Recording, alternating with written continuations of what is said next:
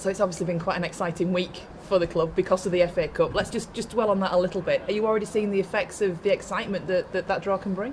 Yeah, I think there's always an added buzz when you're through to the next round of the FA Cup. But when the draw was made, it was a brilliant draw for us at home first and foremost, and then to pick out recent winners. Portsmouth, it's big club, so we're all geared up, looking forward to that. But obviously, we've got big games in the league beforehand. We'll come on to this week's match shortly in the league, but obviously it's just been announced that tie will be on television as well.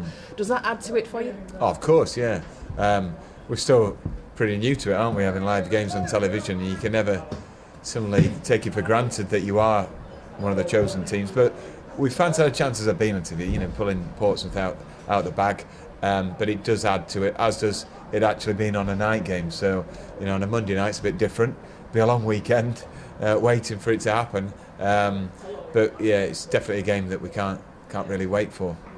So moving forward, I guess you give the players a chance to enjoy the fact that you've had that tie, but have you been able to focus well on what's to come this weekend? Oh yeah, for sure. I think the lads know that we've got a good strong squad to choose from in each game, so they've got to do their best to either keep the shirts or force their way in before that game. But this is there's more pressure on us the next 2 or 3 games, in the league for sure, because these are the games where we have to make sure that we press home the advantage of having an 8-game unbeaten run, and we want to keep our momentum going forward before that game anyway.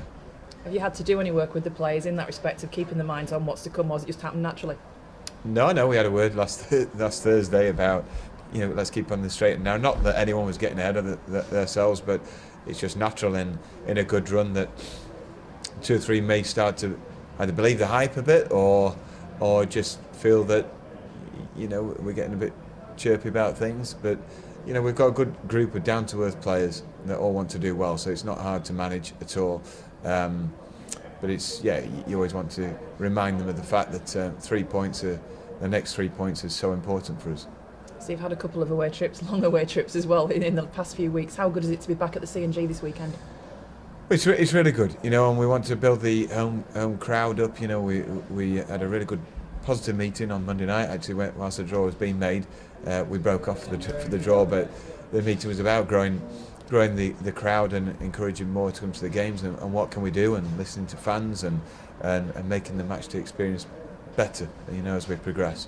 And so it's our responsibility to do just that.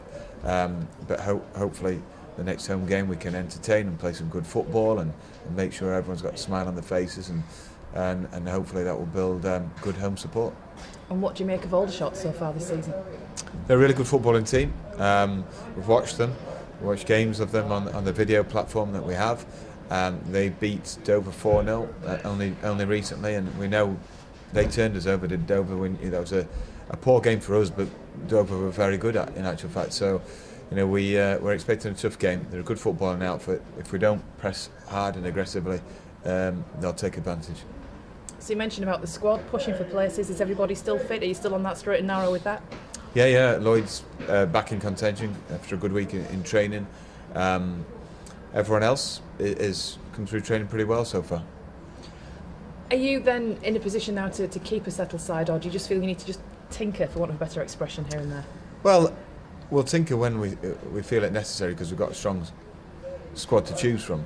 If people are tired or people's energy levels aren't quite right in training, we might have a word with the player first, see if there's a reaction there to give them a chance. But other than that, we'll keep it steady, because we think it's working well for us doing that.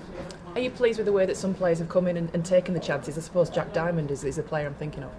Yeah, he's a young player. Actually, we've had Kevin Borley from Sunderland watching him today in training, and they're monitoring him.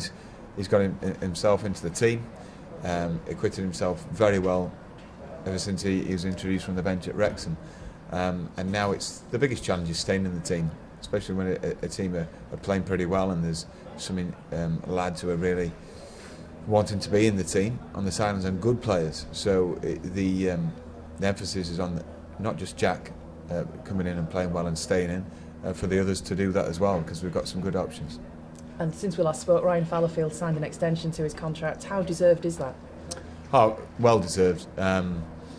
It's important players who have been here a long time, racked up 100 games, that you don't take them for granted and they're not undervalued. And we're just delighted he's on board. He does personify what we want to see out there, you know, with his energy and his dynamic style. And I know we've said it before, but he's not just an unsung hero. We've got to make sure we sing about him because he plays with a smile on his face and he's a great character.